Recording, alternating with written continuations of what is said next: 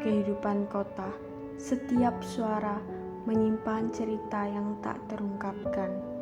Di sudut jalan, suara mesin bemo meraung, menyuarakan perjuangan sopir yang mengantar kita ke tempat tujuan.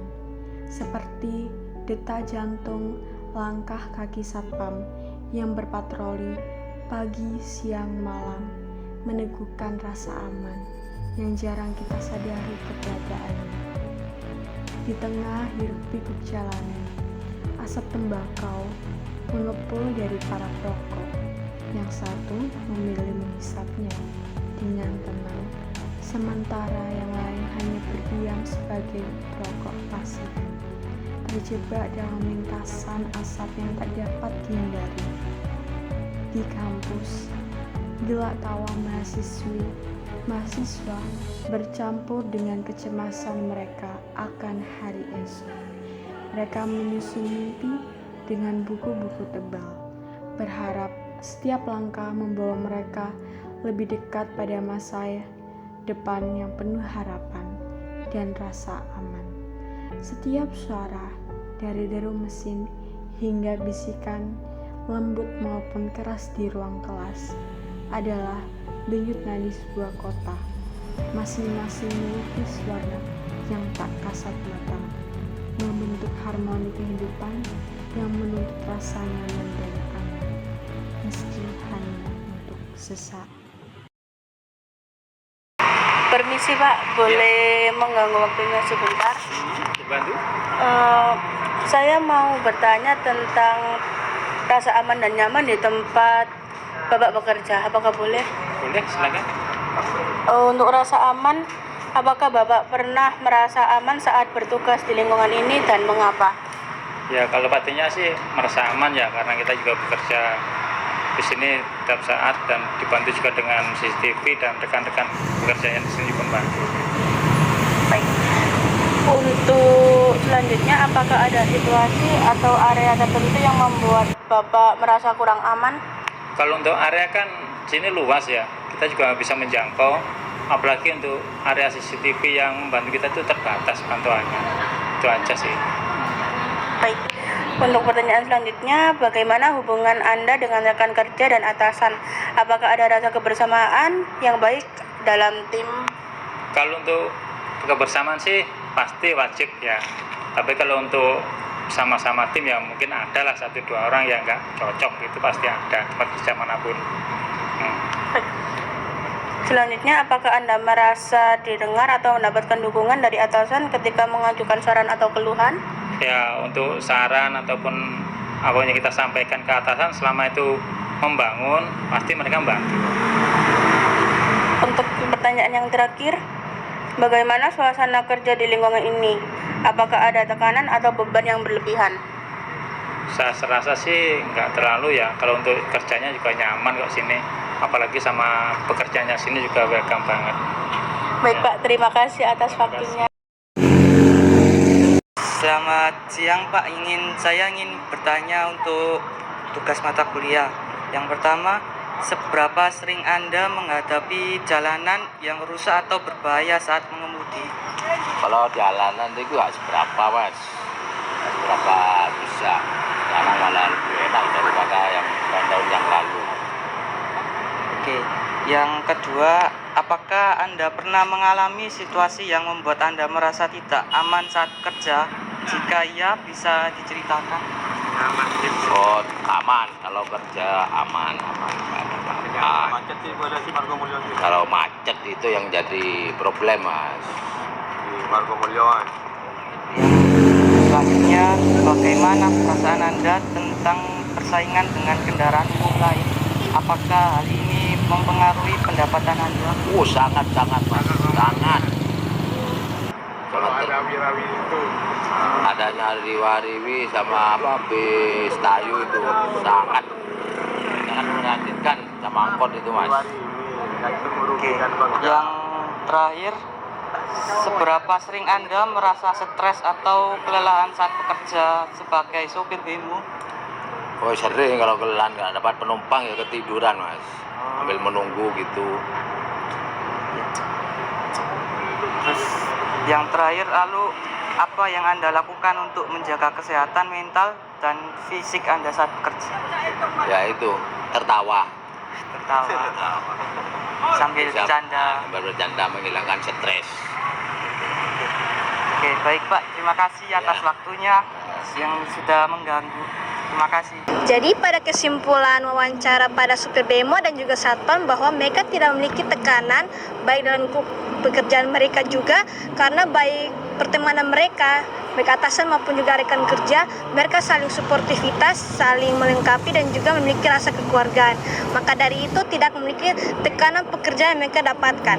Dan juga untuk menghilangkan rasa tekanan pekerjaan mereka itu mungkin seperti stres, mereka bisa bersantai atau bercanda gurau dengan teman-teman mereka, bisa beristirahat juga dengan teman-teman mereka. Terima kasih. Apakah Anda merasa nyaman dengan lingkungan yang Anda tempati?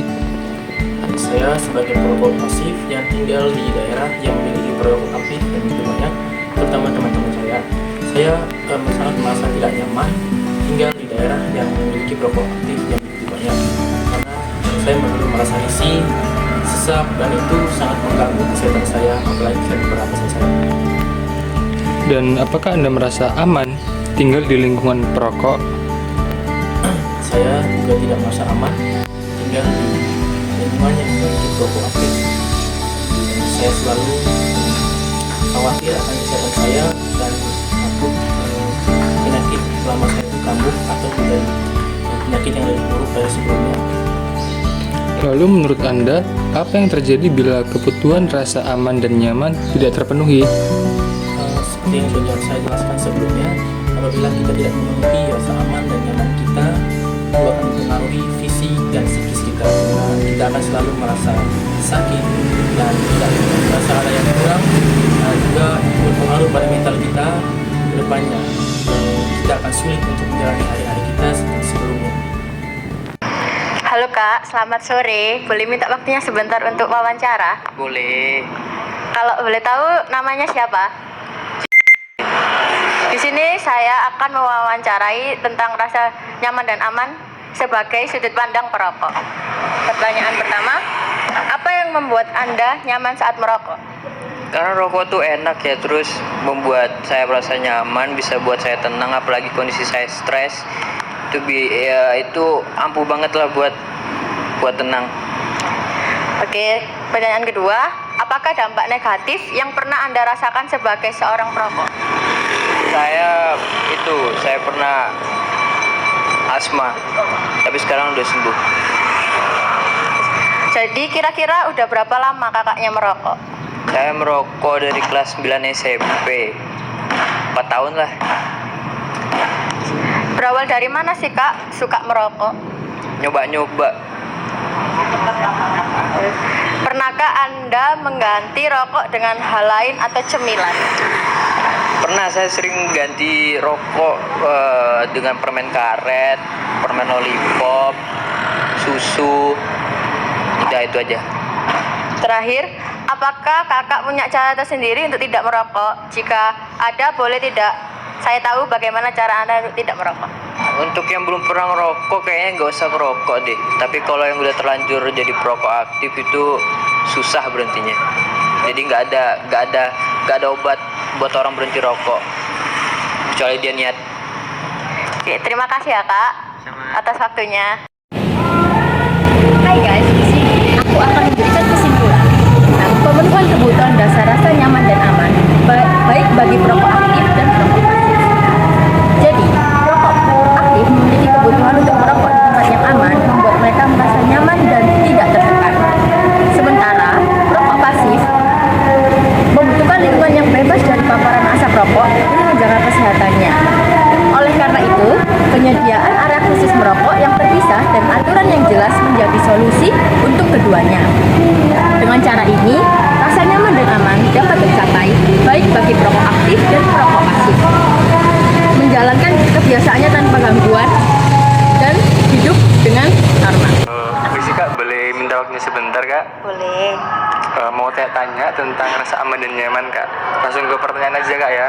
Pertanyaan nomor 1, apakah Anda merasa aman dan nyaman berada di lingkungan kampus? Mengapa?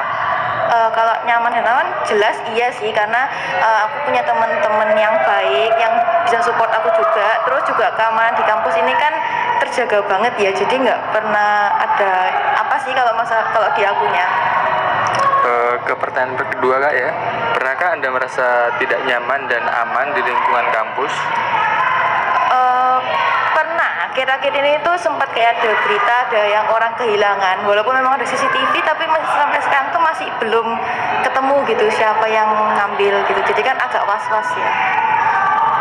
Oke Kak, pertanyaan terakhir Kak, menurut Anda apa yang terjadi bila kebutuhan rasa aman dan nyaman tidak terpenuhi, dan seberapa penting sih bagi kehidupan?